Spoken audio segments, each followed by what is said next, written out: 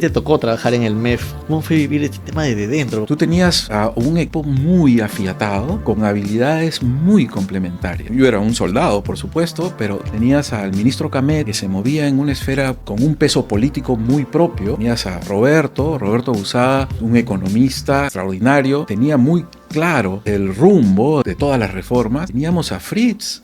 Nos invitan por el cumpleaños, el aniversario, la celebración, el emperador, a la casa del embajador de Japón en Perú. Estaba en Posa, el señor Sato de Exim Bank Japón. Dice, ¿vas a ir? Le digo, sí, voy a ir con Gina, a quien él también conocía. Te invito a comer antes de ir al cóctel. Vamos juntos, vamos juntos, ¿no? Entonces, estando ahí, es que recibimos la noticia de la toma de la casa del embajador. En la banca, históricamente, está en la frontera de la tecnología, del conocimiento. La escritura nace de los contratos financieros, de los contratos bancarios, 2000, 3000 años antes de Cristo, ¿no? ¿Qué cosas no te enseñan los libros y que lo aprendiste en la vida real?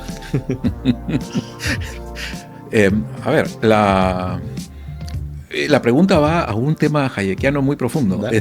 que es la distinción entre conocimiento explícito y conocimiento implícito, o conocimiento tácito, ¿no? Tú puedes leer todos los manuales que quieras, pero si no te subes a una bicicleta, no aprendes a manejar bicicleta.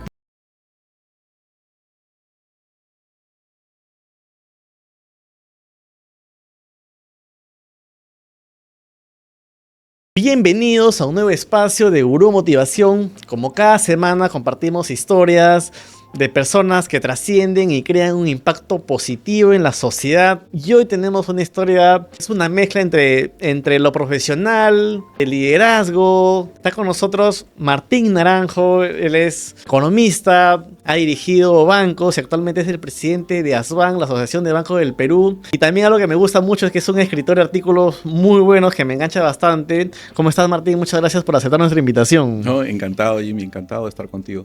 Estudiaste economía en la Universidad Católica, yo lo llamo en un país totalmente distinto al actual. Sí. ¿Cómo así descubriste tu vocación? Todavía estoy en búsqueda. En serio, pienso que en la vida, digamos, el desarrollo de tu trabajo profesional, el desarrollo de tu propia vocación, es un proceso de búsqueda, ¿no? Es un proceso de búsqueda permanente, ¿no? Yo tenía varios intereses, muchos intereses, podía haber decantado incluso por alguna de las Fuerzas Armadas o Derecho, Ingeniería, he dado muchas vueltas y economía es como para mí una excelente plataforma, ¿no? Te da un metalenguaje, ¿no? Especialmente la estadística, las matemáticas, la estadística aplicada, la matemática aplicada, la lógica, la forma de pensar, te permite entrar con mucha facilidad a otras disciplinas, ¿no? A la administración. Claro, ¿no? Sí. Yo estoy en administración. Sí. ¿Y cómo era la católica en ese entonces? Muy interesante. Éramos mucho menos estudiantes, ¿no? Las promociones de economía se mezclaban. En cada clase tenía 30 alumnos, ¿no? 40 máximo. Y a mí me tocó una circunstancia interesante porque el departamento de economía, yo debo haber entrado a economía después de estudios generales 80, 81, por ahí. Claro. Y muchos de los docentes, de los maestros, de los profesores, entraron a trabajar en el gobierno después de retomar la democracia en el gobierno de Belaúnde. Entonces, he tenido excelentes maestros, excelentes profesores, pero algunos con los que después trabajé no fueron mis profesores. El caso más interesante para mí es con Roberto Usada. Roberto no fue mi profesor, pero es mi mentor, digamos. Con él he intercambiado mucho. Un gran economista, una inteligencia sobresaliente y un sentido del humor muy especial, ¿no? Le guardo un cariño inmenso. Tengo que decir que lo extraño mucho también. Voy a hacer un espacio más adelante para hablar de Roberto porque se lo merece, y siento que más personas del público puedan escuchar. Creo que vale la pena, vale la pena. Para mí es un mentor, uno de los líderes, digamos, que conceptualizó, diseñó, pensó, ejecutó la gran parte de la reforma del inicio de los 90, ¿no? Y fuiste profesor muy joven. La vocación docente es, no sé, yo creo que la vocación básica es por aprender, ¿no? Entonces, y enseñar, que es la mejor manera de aprender, ¿no? Entonces, y con estudiantes así, pues, como los que teníamos en la Universidad Católica, un reto especial, un reto especial. Sí, y dictaba un curso que no era un curso, pues, fácil, ¿no? No sé, econometría, dicté como, no sé si 20 años o 15, no sé, un montón de tiempo. Econometría. Sí, también recuerdo mucho a Javier Poy, a Michel Canta, muchas personas que sí, a Mónica Medina, ¿no? En fin, los recuerdo porque eran las diferencias y lo que significaba, ¿no? A Tito Govich, recuerdo las letras, ¿no? Escribían muy claramente y se distinguían por la manera como respondían, una claridad increíble, ¿sí? En una cosa muy árida, ¿no? Claro. Muy numérica, ¿no? Muy técnica. Pues, sí, muy técnica, sí. A mí algo que me encanta en lo personal y es conocer un poco de la historia económica reciente de nuestro país, sobre todo en los 90, donde hubo muchos cambios estructurales. Sí. A ti te tocó trabajar en el MEF justamente en ese proceso de cambios. Sí. ¿Cómo fue vivir este tema desde dentro? Porque al final es un protagonista de que ahora ya lo vemos, o sea, el país ha cambiado, se ha transformado, no era así. ¿Cómo fue? Me imagino tú joven todavía, pues, ¿no? O sea, el año... Yo vine regresé a Perú en enero del 93. Y apenas llegué, acababa de cambiar el ministro, acababa de entrar el ministro Camet, y el asesor principal del ministro era Roberto. Roberto me convoca, yo no llegué yo estaba retornando a COFIDE, y lo primero que me dijeron fue: te vas al MEF, ¿no? Entonces, y me fui destacado al MEF, y en ese equipo, pues, recuerdo, es bien interesante, porque tú tenías un equipo muy afiatado, con habilidades muy complementarias, ¿no? Yo era un soldado, por supuesto, pero claro, tenías al ministro Camet, que se movía en una esfera con un peso político muy propio. Sí. Tenías a Roberto Busada, es un economista extraordinario, que tenía muy claro el rumbo de todas las reformas. Y teníamos a Fritz, que es a Fritz Dubois, sí, a quien también extraño mucho, con una capacidad de ejecución increíble. Entonces, si tú mezclas la capacidad política, la capacidad estratégica y la capacidad de gestión en un equipo así de afiatado, pues avanzas a una reforma diaria, ¿no? Entonces, y de hecho creo que era más o menos el promedio, ¿no? Entonces, claro, avanzamos muchísimo, y yo participé en el equipo, ¿no? En la parte de la reforma financiera. Me tocó escribirla desde el MEF, con un equipo que estaba conformado por personas de la SBS, del propio Banco Central, la ley de bancos, que en el momento hubo cambios importantes, digamos, y los estatutos de COFIDE, el estatuto del Banco de la Nación. Estaban reescribiendo la historia. Sí, y se discutía artículo por artículo, claro, muy, muy interesante. La privatización de la banca asociada, ¿no? La liquidación de la banca de fomento. O sea, sí, es muchos frentes, ¿no? Todos con un horizonte, una visión muy clara de lo que se deseaba desde lo que significa el objetivo de política económica. Sí, años muy intensos. Recuerdo mucho a amigos muy cercanos, ¿no? Uno se une mucho como una banda de hermanos, ¿no? Y hace poco, con el ministro Contreras, estuve me senté en la misma silla en la que me sentaba en el despacho del ministro, esperando, y mientras esperaba recordaba pues que ahí al frente estaba Roberto, Fritz, Javier de la Rocha, Renzo Rossini, ¿no? El mismo Jalilí, Alfredo, ¿no? Y Camet, por supuesto. Y llega el ministro Contreras y me dice, Martín, ¿qué pasa? ¿No? ¿Estás nostálgico? ¿Estás nostálgico? Yo le digo, sí, le cuento, ¿no? Claro. Y me dice, ¿y eso qué año fue? Yo le digo, bueno, debe haber sido el 93, ¿no? Y me dice, yo estaba en tercero de primaria. Entonces,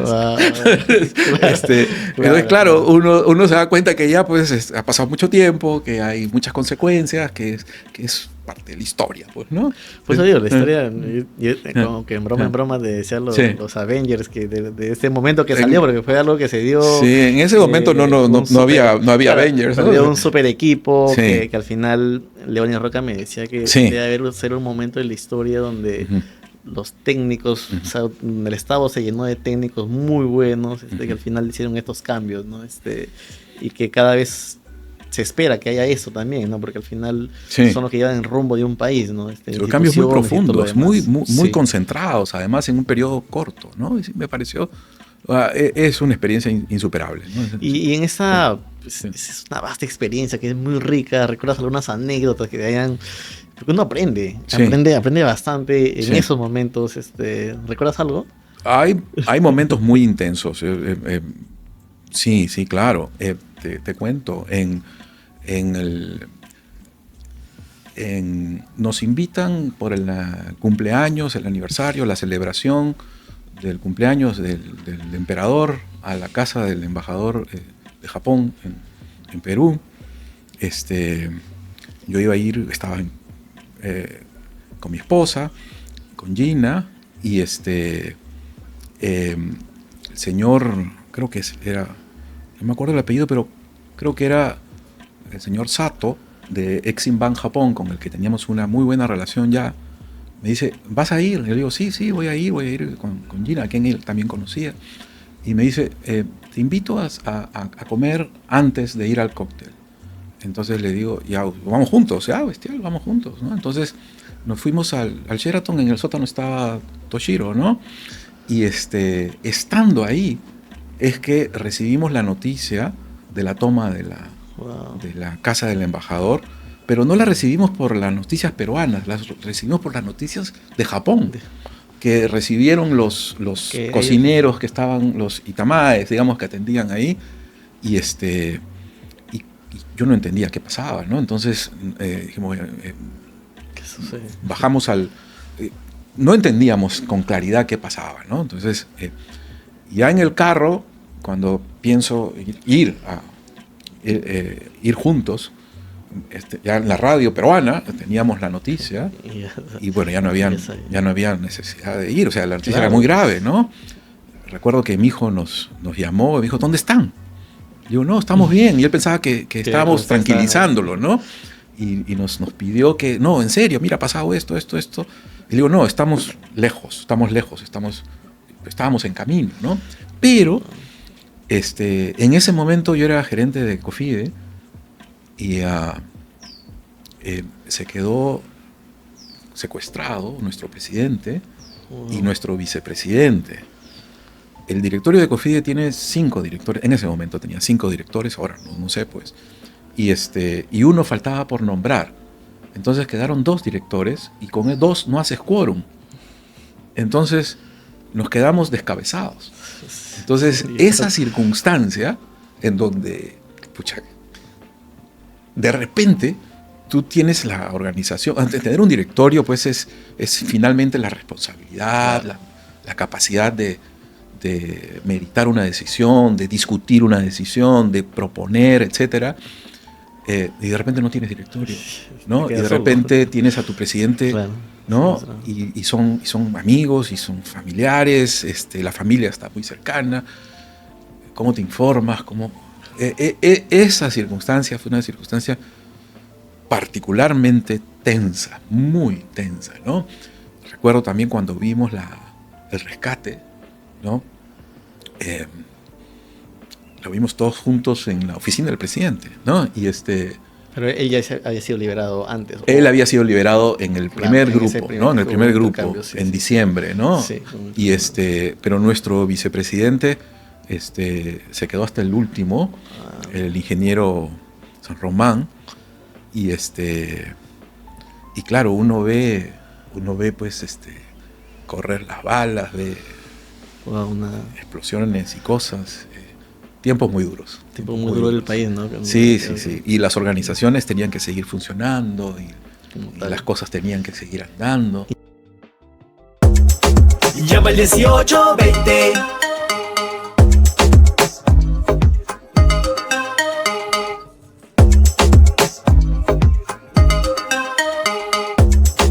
Llama al 1820.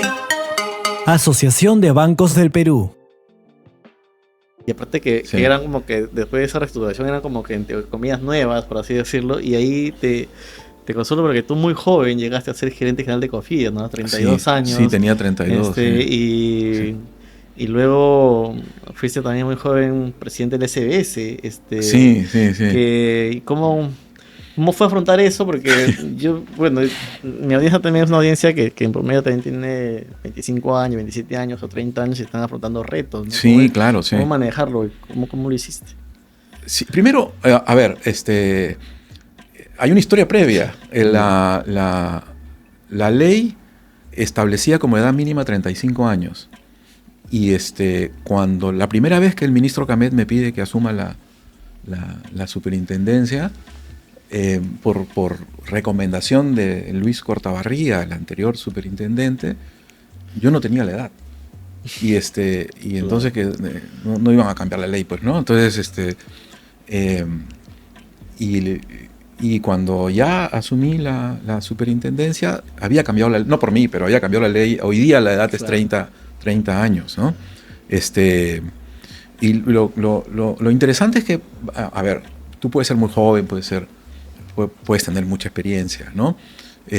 O no, digamos.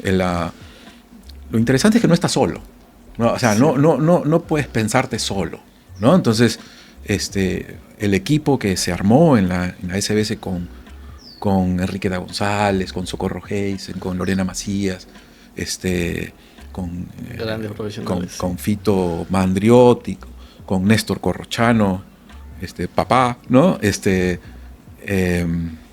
Y los cuadros técnicos que se fueron creando, y tenía muy cerca a Roberto, a Fritz, a Pepe Valderrama, a Javier de la Rocha. Claro. Con Renzo éramos los más jóvenes, ¿no? Renzo somos de la misma edad, o éramos de Renzo Rossini. Claro, Renzo estudió en la Pacífico y yo estudié en la Católica, pero convergimos juntos en muchos terrenos. Era un profesional extraordinario. También lo extraño muchísimo, ¿no? Sí. Y claro, creo que el tomar soporte, y algo que me compartieron en un video tuyo, y decías que siempre eras el menor en grupos de profesores y todo demás. Y esa práctica me lo he ido llevando durante años y me ha servido bastante porque aprendes un montón de gente que ya ha vivido, que tiene más experiencia, que tiene otras ópticas. Sin duda, y te vas nutriendo, ¿no? Sí. Yo en la SBS, una de las primeras cosas que hicimos fue, reformar la estructura de gestión del talento, etcétera. Ahí está el curso de verano, la autonomía presupuestal, son cosas de las que me parecen que son muy valiosas hasta ahora, pero tuve asesores muy cercanos con muchísima experiencia. Un asesor muy cercano era Juan Klingenberger, que fue superintendente en los 80s, y otro muy cercano, Richard Webb, que fue presidente. Wow, Entonces, claro, yo no tenía experiencia, pero tenía un consejo, digamos, permanente, muy cercano, de personas muy, muy sabias, ¿no?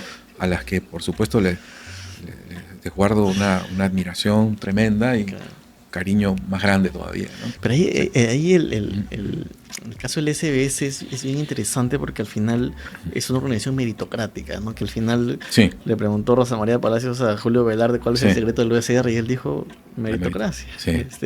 Y es parte de tu visión que tuviste en ese momento también de hacerlo meritocrática, ¿no? Como que de hecho es algo que las instituciones del Estado deberían tener, ¿no? Sí, hay varias condiciones, ¿no? sí. Claro. Yo me siento muy orgulloso de ese programa de verano. Es un programa de 3 meses que concentra media maestría en finanzas. Y al comienzo fuimos a las casas de los estudiantes a decirles que vengan a trabajar con nosotros, a convencerlos. La propuesta de valor era, oye, nos interesa mucho tu desarrollo profesional y lo que te ofrecemos es para toda la vida, ¿no? Y de hecho yo hasta ahora firmo cartas de recomendación, ayudo a los chicos que lo necesitan o porque... En fin, me siento muy cercano a todos los que han participado de estos programas o que están en la SBS, ¿no? Y a ese programa, te digo, cuando llegué a la SBS éramos 300 funcionarios. Hoy día son más, pero hay más responsabilidades también. Hay la unidad de inteligencia financiera, conducta de mercado, pensiones, etcétera. Hay otras funciones, pero en ese momento éramos 300 y cuando me fui 3 años después también éramos 300. Pero 150 eran nuevos y que habían entrado de 30 en 30, 25 cada año. Unos 100 habrían entrado del programa. Y otros 50 pues en otras funciones. Pero sí es cierto que las áreas técnicas de la superintendencia desde hace 26 años, mira tú, no reclutan de otra fuente que no sea su propio programa. Y es meritocrático al 100%, ¿no? Qué genial. Que es una vez práctica que deberían llevar en muchas instituciones. Nos copiamos del Banco Central y mejoramos algunas cosas, ¿no? Porque nos copiamos en la esencia lo que hacía el Banco Central y le añadimos que se convalida como media maestría de finanzas en ese momento en la Pacífico, después seguramente en otras. Y claro, en el banco tenían, no entran todos, entran entran los 5 o 6 cada año, y aquí había una necesidad de renovación, entonces entraban de 30 en 30, entran promociones más importantes, más numerosas, ¿no? Entonces, creo que esto se ha mantenido, ¿no? Y hoy día postulan 2.000, 3.000 y entran 25, ¿no? Entonces, y te cuento, en el inicio el programa fue financiado con una donación del Banco Interamericano de Desarrollo, que nos permitió traer profesores de Stern, de NYU, de Wharton, del Fondo Monetario, de la Reserva Federal, etcétera. Y hace unos años, estando en el BID, estaba Tony Saunders. Tony Saunders era el decano de finanzas de NYU, una autoridad mundial, pues, que había contratado como consultor, y le explicaba a otro Tony, a Tony Santomero, ex presidente de la Reserva Federal de Filadelfia, y le explicaba, le decía a Santomero, le decía, Tony, tú no sabes, le dice, en Perú los mejores estudiantes de las mejores universidades quieren ser supervisores bancarios, ¿no? Entonces, Santomero le decía, ¿por qué? No, ¿cómo así? ¿No? Entonces, y le explicó porque Tony Saunders fue profesor de este programa en los primeros 3 o 4, ¿no? Siempre pues, es una estrella global, ¿no? Entonces, magnífico profesional, magnífico economista o financista, ¿no? Qué chévere. Sí, me da, como peruano, me siento muy orgulloso de esas cosas, porque al final tiene incidencia en el quehacer del bienestar y el crecimiento como país, que cada vez más jóvenes con mucho talento aspiren a eso, se preparen. Es un indicador. Y después, claro, sales del Estado, por así decirlo, y el país pues seguía en cambio, seguía en evolución, y te vas a las multilaterales. Estuviste en el Banco Mundial y en el BID, que de repente son otras ligas, otras dinámicas. ¿Cómo fue ese proceso? ¿Cómo lo llevaste? ¿Qué aprendizajes también tuviste? Una experiencia, a mí me encantó. Primero que fue como expatriado, ¿no? Entonces, eso hace que tu familia se mueva, ¿no? Entonces, estuve en México 2 años, en Washington, no sé si 4 o 6, ¿no? 6 me parece. Y primero aprendes a valorar la cultura local, el valor de la localía, ¿no? El valor de entender qué cosa es lo que estás viviendo. Es decir, tú llegas con tu propia cultura, pero llegas a una cultura distinta en la que adaptarte. Es una experiencia muy interesante, porque a pesar de que nos parecemos mucho con México, por ejemplo, hay diferencias importantes, ¿no? Y luego, desde una multilateral, tú estás en un grupo diverso, ¿no? De múltiples culturas, ¿no? Entonces, de todos lugares del mundo. Igual en el BID el valor de la multiculturalidad, digamos, es un aprendizaje muy interesante. Y luego, el valor de la profundidad técnica, ¿no? Entonces, es mayor, ¿no? Claro, ¿no? Entonces, tú tienes múltiples culturas, pero tienes profesionales de una profundidad técnica, pues, extraordinaria, ¿no? Entonces, yo he aprendido muchísimo,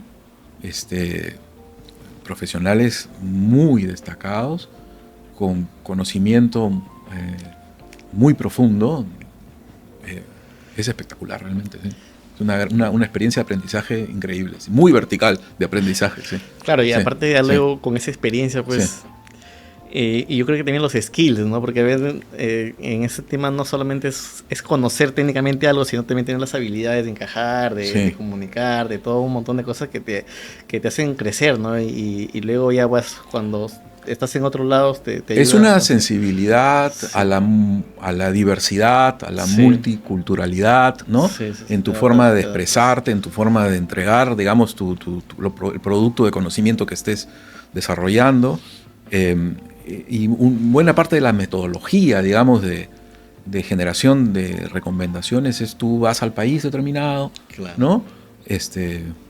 Y hablas con las autoridades y tienes que decodificar para poder, tienes que mimetizarte o tratar de entender y luego, pues, traducir en un lenguaje más común, ¿no? Sí, es muy interesante, es muy interesante. Y con esa experiencia, estás en el Estado, pues un aprendizaje enorme por el contexto del país y todo lo demás. Tiene las multilaterales y decides, bueno, ya toca volver a mi país a seguir haciendo patria, esta vez del sector privado. ¿Cómo fue esa transición? Y ahora ya desde Asban, ¿no? Fuiste llevando y dijiste, es una vuelta larga, ¿no? Sí. Yo he estado, claro, en la academia, en banca de desarrollo, en supervisión bancaria, en banca multilateral, ¿no? Y regresas a banca comercial. Cuando regreso a Perú, regreso con Bancolombia y a manejar la oficina de representación, la operación de leasing, el país. Entonces, habían varias operaciones. Está la oficina de representación, la empresa de leasing, la empresa de fiducia, la empresa de renting, ¿no? Y es un mundo diferente, es una corporación grande, iba y venía a Medellín una vez al mes, ¿no? Entonces, fue una experiencia muy, muy enriquecedora. Y claro, cuando regresé, recibí la oferta y yo no tenía mucha noción de de la corporación, de Bancolombia, como hoy día, por supuesto, los conozco mucho Claro. mejor, ¿no? Es un banco extraordinario, con gente extraordinaria, y equipos espectaculares, la verdad. Pero en ese momento no. Entonces, en la silla de Perú, en el BID, trabajaba, es la silla de Perú y Colombia, ¿no? Y por Colombia había un director y había un asesor del director, que era muy cercano porque con él veíamos los temas del BID, los temas que llevábamos de diferentes, y porque pues hablamos el mismo idioma, Claro. ¿no? Y porque era muy cercano, que era un joven profesional extraordinario, Iván Duque, ¿no? Entonces, entonces yo le pregunto a Iván, le digo, oye, este banco, ¿no? Entonces, Sí, sí, ¿y este banco qué tal, no? Martín, acéptalo, es buenísimo, ¿no? Entonces, Una recomendación. sí, él es el culpable Claro, del claro. retorno a Y Lima, ¿no? Sí, sí. Así. Claro, son cambios, pero al final yo siento que igual es un propósito Sí. el feeling con tu país. Yo quería, ayudar sí, no, y sin todo lo duda, demás, sin ¿no? duda, sin duda, Me yo parece tenía, que también es eso. como cualquiera que está fuera de su país, creo yo, mantiene una relación afectiva muy, muy intensa, ¿no? Claro. Y todo lo que uno quiere es regresar, realmente, ¿no? Sí, Entonces, sí. y yo siempre digo, a ver, en mi creencia, las empresas pues, son motores de cambio en las sociedades, ¿no? Ujú. O sea, la generación de oportunidades Ujú. mediante pues, el empleo, Ujú. el pago de impuestos, las buenas prácticas Ujú. y la formalidad es un valor fundamental, ¿no? Dentro de ellos, la banca pues, es un actor clave en el crecimiento de un país, ¿no? Acá hemos Sí. tenido a Sí. Gianmarco Ferrari, a Javier Ichazo, Sí. y a ti te toca presidir ASBAN, ¿no? Que es Sí. para que los que no más o menos conocen ASBAN, es el gremio que reúne a los bancos Sí. en el Perú, y además es muy activa, ¿no? No solamente representa al banco, sino que lidera muchas iniciativas. Lo que te pregunto es, entre tantos retos de inclusión financiera en nuestro país, Ujú. ¿cómo están impulsando iniciativas desde ASBAN, desde tu gestión, para ayudar que cada más personas, más peruanos tengan acceso a la banca y todo lo demás, y por lo tanto oportunidades, ¿no? Sí, claro. En la asociación, digamos, es una asociación en donde hay mucha participación. Yo siempre digo, esto es una parrilla, ¿no? Es una plataforma, Claro. y el carbón lo ponen los bancos, es el presupuesto, y el conocimiento, la carne, también lo ponen los bancos, ¿no? Entonces, entonces, si no ponen conocimiento y no hay presupuesto, no hay parrillada, ¿no? Entonces, Muy práctico, sí, entonces, pero esto es una plataforma que tiene que ser una plataforma pues, eficiente, ¿cierto? Claro. Entonces, dentro de ese esquema, con la participación y el liderazgo, digamos, de nuestros asociados, nos enfocamos en el corto plazo en varios temas. En el corto plazo nos enfocamos en seguridad. Tenemos una experiencia larga, casi 40 años de un convenio con el Ministerio del Interior, la Policía Nacional, que se origina pues en las épocas del terrorismo, cuando nos reventaban las agencias. Y hoy día pues es un convenio que permite un patrullaje, que responde muy rápidamente y atiende las alertas del sistema de agencias que maneja nuestros asociados. Recibimos 35.000 alertas al mes. Entonces hay una central de gestión de estas alertas que nos permite el contacto inmediato con... No todas son alertas de asalto ni nada por el estilo. Hay alertas automáticas que tienen que ver con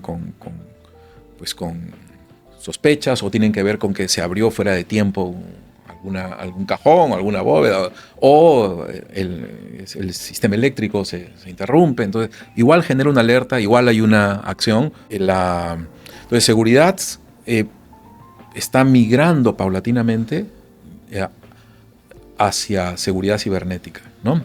Entonces, ¿qué es importante, ¿no? En las atenciones que se hacen dentro del convenio, el 90% de las atenciones son atenciones por problemas ciudadanos. y el 10% de los movimientos del escuadrón de Águilas Negras es por eventos en las agencias, donde también hay pues ciudadanos, ¿no? Entonces, claro que sí, ¿no? Entonces, un tema es otro tema es seguridad cibernética. Otro tema importante para nosotros es la atención de nuestros clientes. Ahí manejamos desde la asociación la Defensoría del Cliente Financiero, y ahí es una segunda instancia. Si tú tienes un reclamo, el banco te atiende. Si no estás satisfecho, puedes ir a la Defensoría del Cliente Financiero. Lo que determina la Defensoría es de obligatorio cumplimiento para el banco, ¿no? También puedes ir a Indecopi, que mantenemos, que es un servicio importante, atiende 63-64% de la segunda instancia, la diferencia la atiende Indecopi. Otro tema importante es comunicaciones, ¿no? La relación con los medios, la relación con la prensa, nuestro posicionamiento en los medios como industria se maneja desde un comité de comunicaciones que tiene un área de comunicaciones que lo respalda, igual que en la Defensoría. Y otro tema es pues el relacionamiento gremial con las autoridades, ¿no? Con el supervisor, con el Banco Central, con sí, Congreso, etcétera, ¿no? Entonces eso es el día a día.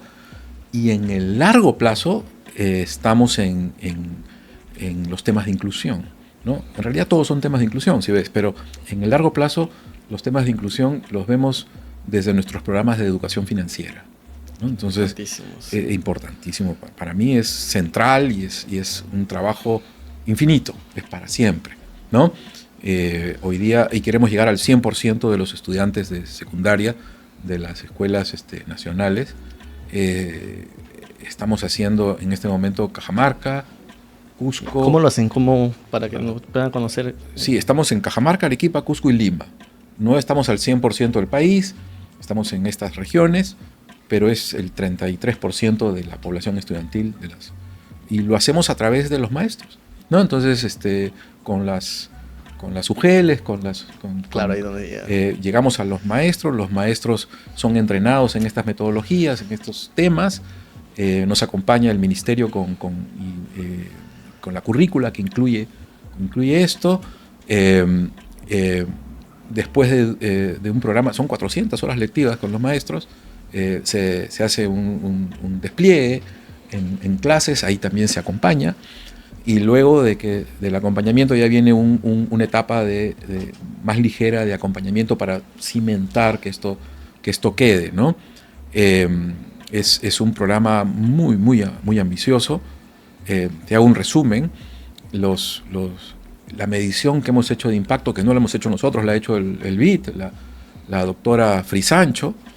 La doctora Frisancho es peruana, ya no está en el BIT, hoy día es la economista jefe de CAF. Hay que entrevistarla también. Sí, es extraordinaria. Y nos hizo una evaluación que ha sido publicada en publicaciones científicas, digamos.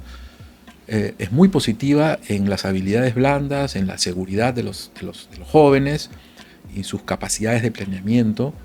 Y en resumen, los chicos sienten que ya no tienen un límite, sino que pueden programar sus estudios universitarios y que por lo tanto pueden presupuestar y ahorrar y hacer pequeños negocios, etcétera, ¿no? Ese es un impacto espectacular. Un resultado que no esperábamos era que los jóvenes educan a sus padres, ¿no? A sus familias, ¿no? Entonces, y ahí el comentario modal de los padres o de las madres es yo no sabía que podía tener acceso a un microcrédito o a una hipoteca. Ahora ya sabe y lo usa para su propio negocio, etcétera. Y otro resultado interesante es el impacto sobre los maestros, ¿no? Los maestros, el comentario que he escuchado que se ha repetido más es: ¿cómo no supe esto antes? ¿No? Otro sería mi presente, ¿no? Entonces, y es cierto, ¿no? Entonces, Otros creemos que esto tiene mucho espacio para escalar, ¿no? Y tienen documentado eso como porque al final es Sí. me encantan esos temas de involucrarse con la sociedad desde la educación. Sí.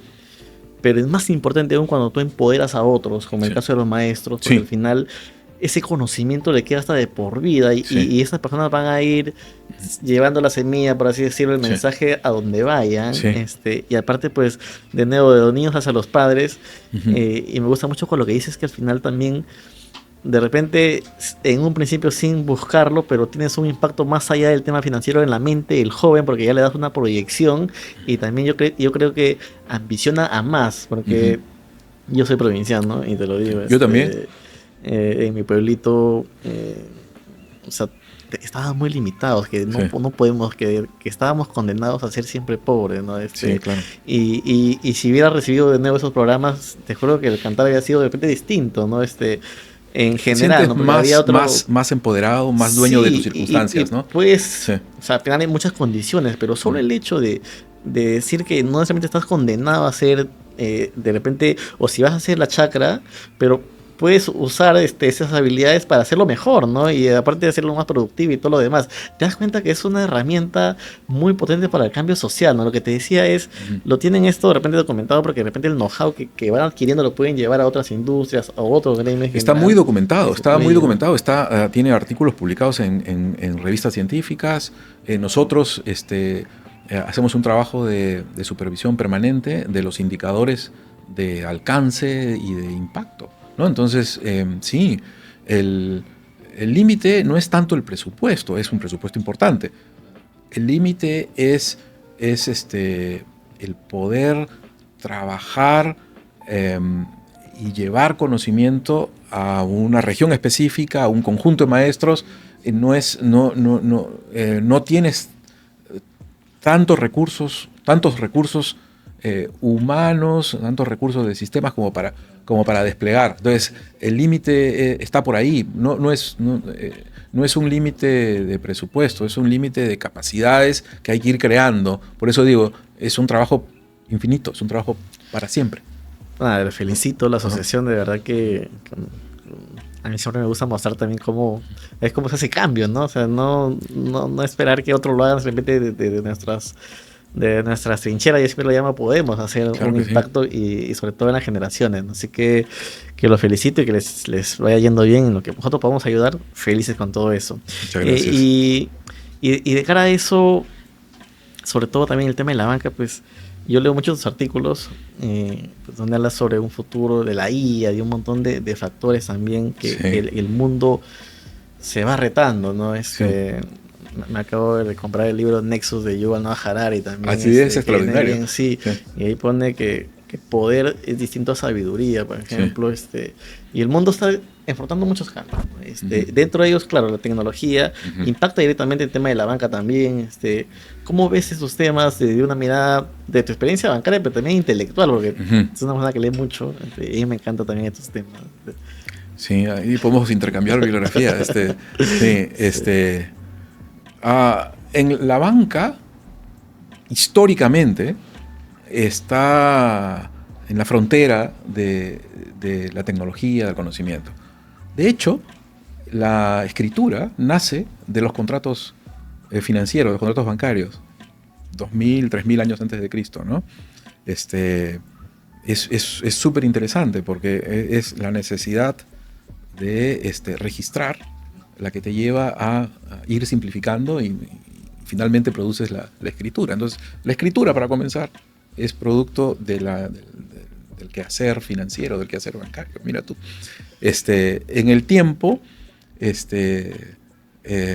la contabilidad de doble entrada también, ¿no? Entonces, esos son cambios que, mira, ¿no? Entonces, y sigues avanzando y la tecnología. Es decir, los bancos son grandes fintechs en realidad, ¿no? Entonces, la inversión en tecnología siempre ha sido en la frontera, ¿no? Entonces, los primeros en usar computadoras, mainframes en su momento, etcétera, etcétera, ¿no? Entonces, la banca siempre ha estado en la frontera de la tecnología. Esta frontera, pues, trae nuevos productos, trae nuevos servicios, trae nuevas capacidades y también pues requiere de controles y de gestión de riesgos nuevas también, ¿no? Sí, entonces en inteligencia artificial hay buenas noticias, ¿no? Que tienen que ver con los tiempos se acortan los tiempos de originación de productos, es mucho más fácil programar, es mucho más fácil explorar tu base de clientes. Yo espero que en varios frentes tengan impacto importante estos temas. Uno es en la procuraduría, es mucho más sencillo. Otro en la gestión de talento, tanto como para la admisión, como para la retención, ¿no? O para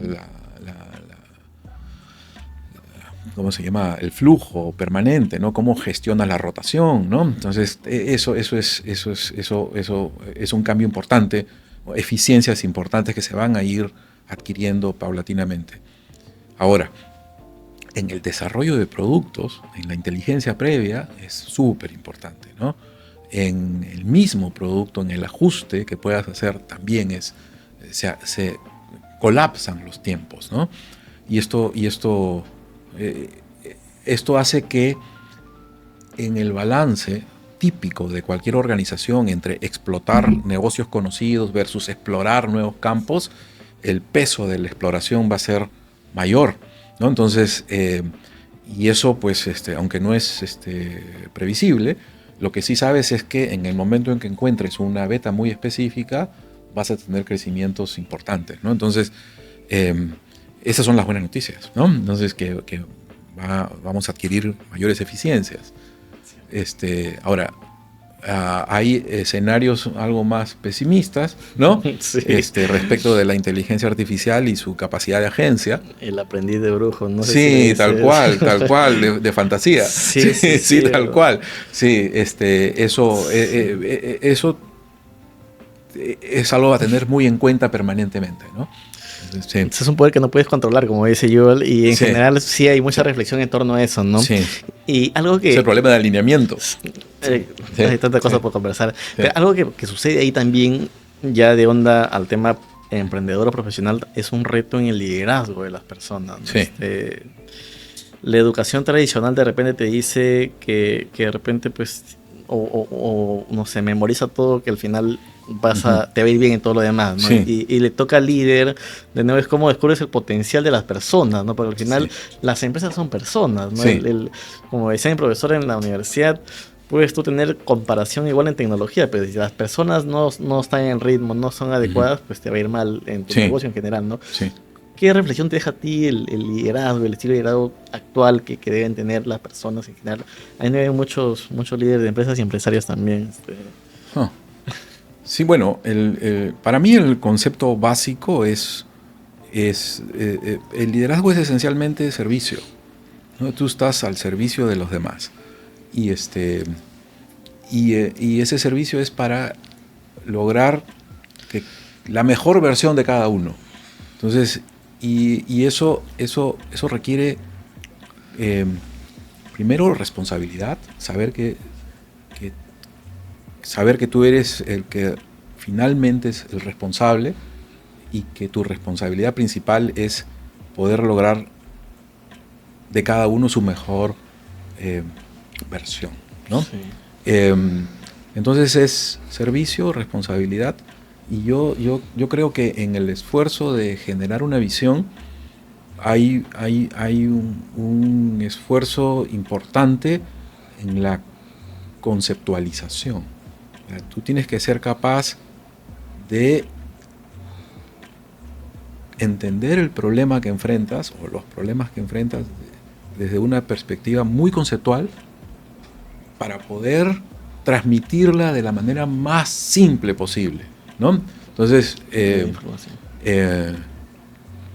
y esa conceptualización es la que te acompaña, ¿no? Entonces, te acompaña en una crisis, te acompaña en un secuestro, te acompaña en la definición de objetivos. Entonces, esa conceptualización no la puedes dejar de lado. No se trata de repetir sino de poder desde tu punto de vista, desde tu experiencia, desde tu marco teórico, poder conceptualizar cuál es el problema. O sea, la pregunta que un líder tiene que responder es ¿cuál es el problema que enfrentamos?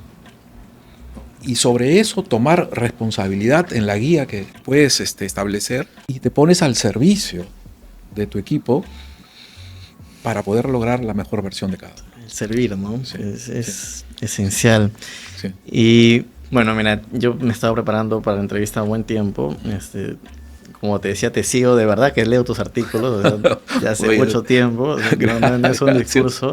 Y claro, a veces una hora nos queda un poco corta, así que la audiencia de repente puede decir, si quiere una segunda parte, que nos anime en los comentarios. Y las personas siempre dejamos huella, ¿no? Dejamos huella en la vida en general y por cómo te comportes o lo que aportes te van a recordar, ¿no? Iniciamos hablando esto de una gran persona, Roberto Abusada, Sí. que siento que de repente las nuevas generaciones no han conocido en su real dimensión la importancia de él y la huella que ha dejado en ti. Para ti, ¿quién es Roberto Abusada?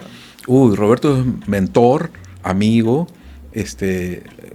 confidente, ¿no? En muchos aspectos. O sea, te digo, la primera vez que trabajé con él fue el año 84, ¿no? Yo era programador en el inicio, ¿no? Es un proyecto del Banco Mundial, pero que se desarrollaba en el Banco Central peruano. Y el objetivo era, no había Excel, no había nada de esas cosas. Entonces, lo que había que hacer era automatizar las cuentas nacionales. Y el equipo, Roberto lo lideraba y éramos el John Kuiper, es un holandés, pero que en ese momento estaba en Ottawa, y Farid Matuk, ¿no? Y yo, ¿no? Entonces Farid era mi jefe. Y es un gran programador. Y programamos en Fortran, para que tengas una idea, ¿no? Entonces el software se llamaba como operador de matrices, ¿no? Matop, ¿no? Ahí conocí a Robert como jefe, como líder. Precisamente, él estaba permanentemente al servicio, permanentemente exigía lo mejor de cada uno, sacaba lo mejor de cada uno, y su capacidad de conceptualización es insuperable, ¿no? Entonces, y luego, bueno, como amigo, en temas personales, en temas... Yo recuerdo mucho, a mí no me nace ir a eventos sociales, ¿no? Cócteles y tal, ¿no? Me siento mal, o sea, me siento mal, pues, ¿no? Entonces, no es un ambiente que entonces le comento a Roberto, porque habíamos ido a los meetings anuales del Banco Mundial. Pues ahí un cóctel son 10.000 personas y de todo el mundo. Claro. ¿Qué haces? ¿No? Yo decía, yo no puedo. Y me dice, no, tranquilo, Martín. Me dice, anda siempre que estés seguro que van a estar tus amigos y vas a pasarla bien, ¿no? Entonces, nunca me voy a olvidar porque, ¿no? Y a ese nivel, ¿no? Y hay, por supuesto, temas mucho más personales en donde él siempre ha estado a mi lado, siempre me ha apoyado, incluso cuando ya no teníamos una relación laboral ni nada, ¿no? Una vez coincidimos en el directorio de UNACEM, él era director también, y cuando él se incorpora después que yo, y yo lo saludo, y le digo, hola jefe, ¿no? Y me dice, Martín, ya no me digas jefe. Ahora tú ya has crecido también de todo lo demás. Sí. Pero como las personas así son buenas, ¿no? Y eso creo que viene una pregunta que te quiero hacer ya a modo de tu experiencia, de para ti, ¿cuál es el éxito? ¿Cuál es tu concepto de éxito? Es una pregunta extraordinaria. Yo creo precisamente, siguiendo a mi experiencia y lo que he visto, yo estoy con Clayton Christensen, ¿no?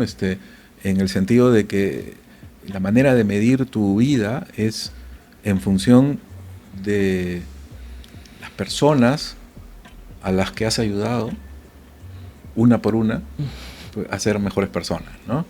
Esto tiene un correlato de validación que tiene que ver, según yo ya, esto es el éxito en esa definición lo ves cuando regresas a una institución, quizá después de muchos años, y tus ex compañeros te reciben con cariño, ¿no? Ah, sí. Eso para mí es el mejor indicador. Es el mejor indicador, sí. ¿no? Sí. Y los valores para mí están muy asociados. Sí, sin duda, sí. Bueno, a ver, yo ahí, mi posición es, más que los valores son los comportamientos, ¿no? Entonces, y por una razón sencilla, un valor cuando lo expresas tiene un significado distinto para cada quien, Claro. ¿no? Entonces, pero los comportamientos son observables.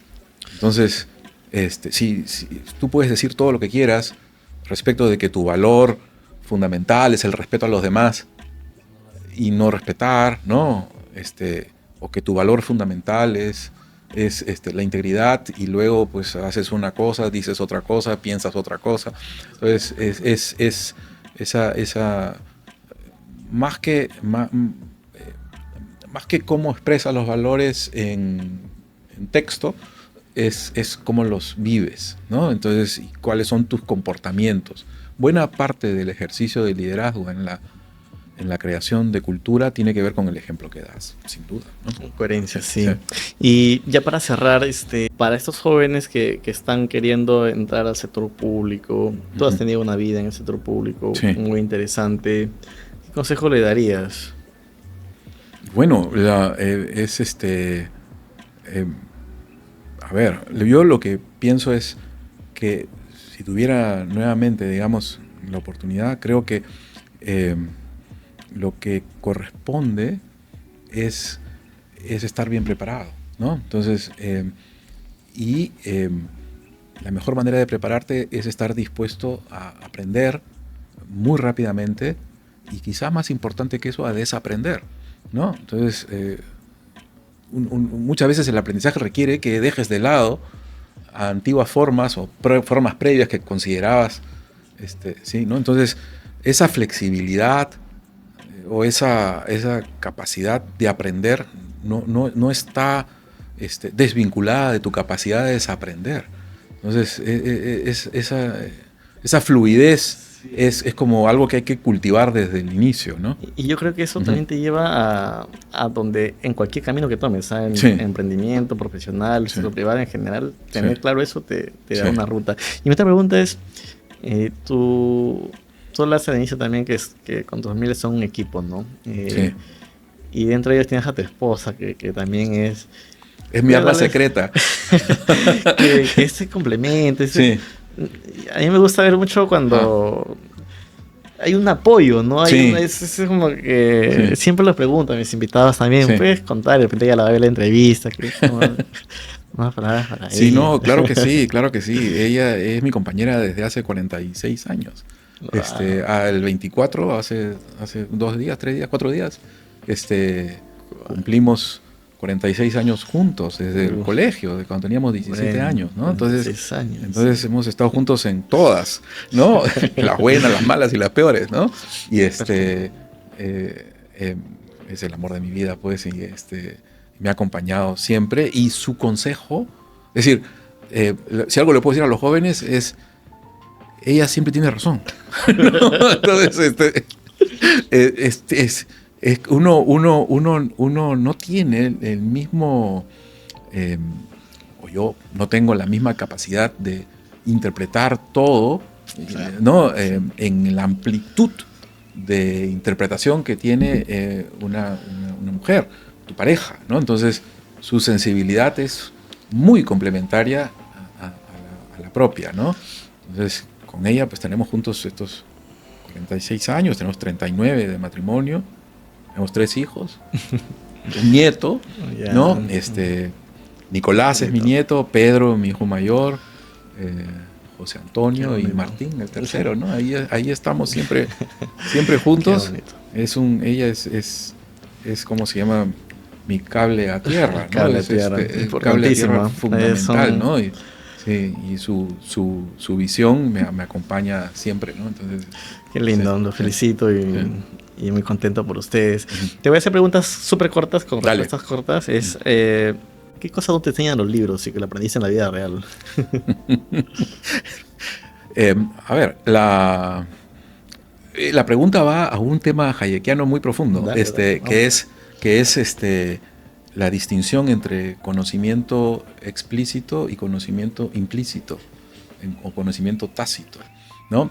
Tú puedes leer todos los manuales que quieras, pero si no te subes a una bicicleta no aprendes a manejar bicicleta, ¿no? Entonces, el conocimiento no codificable, que tiene que ver con la experiencia, por ejemplo, la percepción de la multiculturalidad, la sensibilidad respecto de la diversidad, el reconocimiento de patrones, ¿no? Entonces, el conocimiento fluido, textual, es un conocimiento importantísimo, pero la validación en la experiencia es igualmente valioso, porque te permite identificar patrones. Hay películas que ya viste, ¿no? Y hay patrones que tú puedes extraer. Entonces, los libros son muy buenos compañeros, pero tu experiencia es la que va a consolidar ese conocimiento, ¿no? ¿Qué le dirías al Martín de 20 años? ¿Cómo se llama? Ella siempre tiene razón. Qué buena, qué buena. Sí. ¿Y cuáles son los 5 libros que nos recomendarías, aprovechando que te gusta leer mucho también, para la audiencia? Que no lo ¿A quién le estoy recomendando? A nuestra audiencia. A nuestra audiencia. A ver, te voy a decir cuáles son los libros que más he leído. Hay un libro que he leído muchas veces, se llama Solo y a pie. Es nuevo para ti. Sí, sí. Es el mejor libro de liderazgo que puedas encontrar. Es una biografía de Ignacio de Loyola, escrita por el padre de Tellechea, extraordinaria. Me la regaló el padre Alfredo Castañeda. Me dijo, Martín, ¿a ti te interesan los temas de liderazgo? Toma, ¿no? Entonces, es una biografía extraordinaria. Ese libro lo he regalado N veces y ahí está. Lo recomiendo como primer libro. De los que hay otro que a mí me gusta mucho porque me lo recomendó mi mamá. Cuando tenía 12, 13 años. Se llama La Buena Tierra, de Pearl Buck. Y premio Nobel, debe haber sido premio Nobel en 70 o antes o poco después. Es un libro extraordinario también para entender la cultura china, en realidad. Otros libros, si te interesa finanzas, hay un libro que se llama Contra los Dioses. Contra los Dioses, la sorprendente historia del riesgo. Es Bernstein, me parece. Los libros de Jared Diamond, Armas, Gérmenes y Acero, extraordinario también.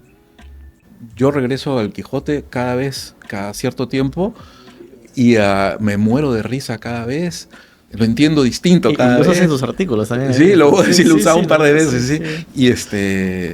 Y luego me encantan los cuentos, especialmente Ribeiro. Ribeiro es insuperable, ¿no? Y dentro de los autores peruanos, pues, Bryce. Una vez le dicen la misma pregunta a Bryce, y le digo, ¿y cuál es tu libro preferido? Y me dice, depende. ¿No? Es un economista casi, ¿no? Entonces me dice, depende porque hoy día en ese momento era La Cartuja de Parma, pero antes era tal. Entonces uno va cambiando, ¿no? Entonces yo ahora que te he respondido en diferentes momentos, ¿no? Sí, pero mira, algo interesante que yo creo que nos ha quedado tantas cosas por conversar, temas de libros que me encantan, tu conocimiento. Así que hay que tratar de tener otra segunda edición 2025 renovado, no sé, de eso la audiencia lo dirá. Y ya para terminar, a ver si siempre me despido, nunca termino. Está muy bien, ¿no? Tranquilo. Yo la estoy pasando muy bien, así que... ¿Qué consejos o reflexión final que nos darías en torno a nuestro país con tantas oportunidades? El podcast lo hemos creado justamente para demostrar que somos un país con mucho talento, con mucho potencial, y que sí es posible salir adelante, ¿no? Es absolutamente posible, ¿no? Es absolutamente posible. Nosotros, como país, Es un país maravilloso, gente maravillosa, tenemos mucho trabajo por hacer, ¿no? Mucho trabajo desde el sector público, mucho trabajo desde el sector privado. Yo lo que estoy viendo, y con tu apoyo, con tu esfuerzo, es un liderazgo privado que está tomando cada vez mayor relevancia, que está ejerciendo su voz, ¿no? Esta voz es fundamental. Yo lo que creo es que en estos momentos el silencio de nuestros líderes no es una opción, y hay que ejercer la voz y dialogar y buscar un mejor futuro para todos nosotros, para nuestros hijos, para nuestros nietos. Perfecto, muchas gracias, Martín, por compartir tu experiencia. Espero les haya gustado, les haya inspirado. Como saben, siempre cada semana pues nosotros somos cazadores de historias, y nada de esto es posible gracias a ustedes, así que nos vemos en el próximo episodio.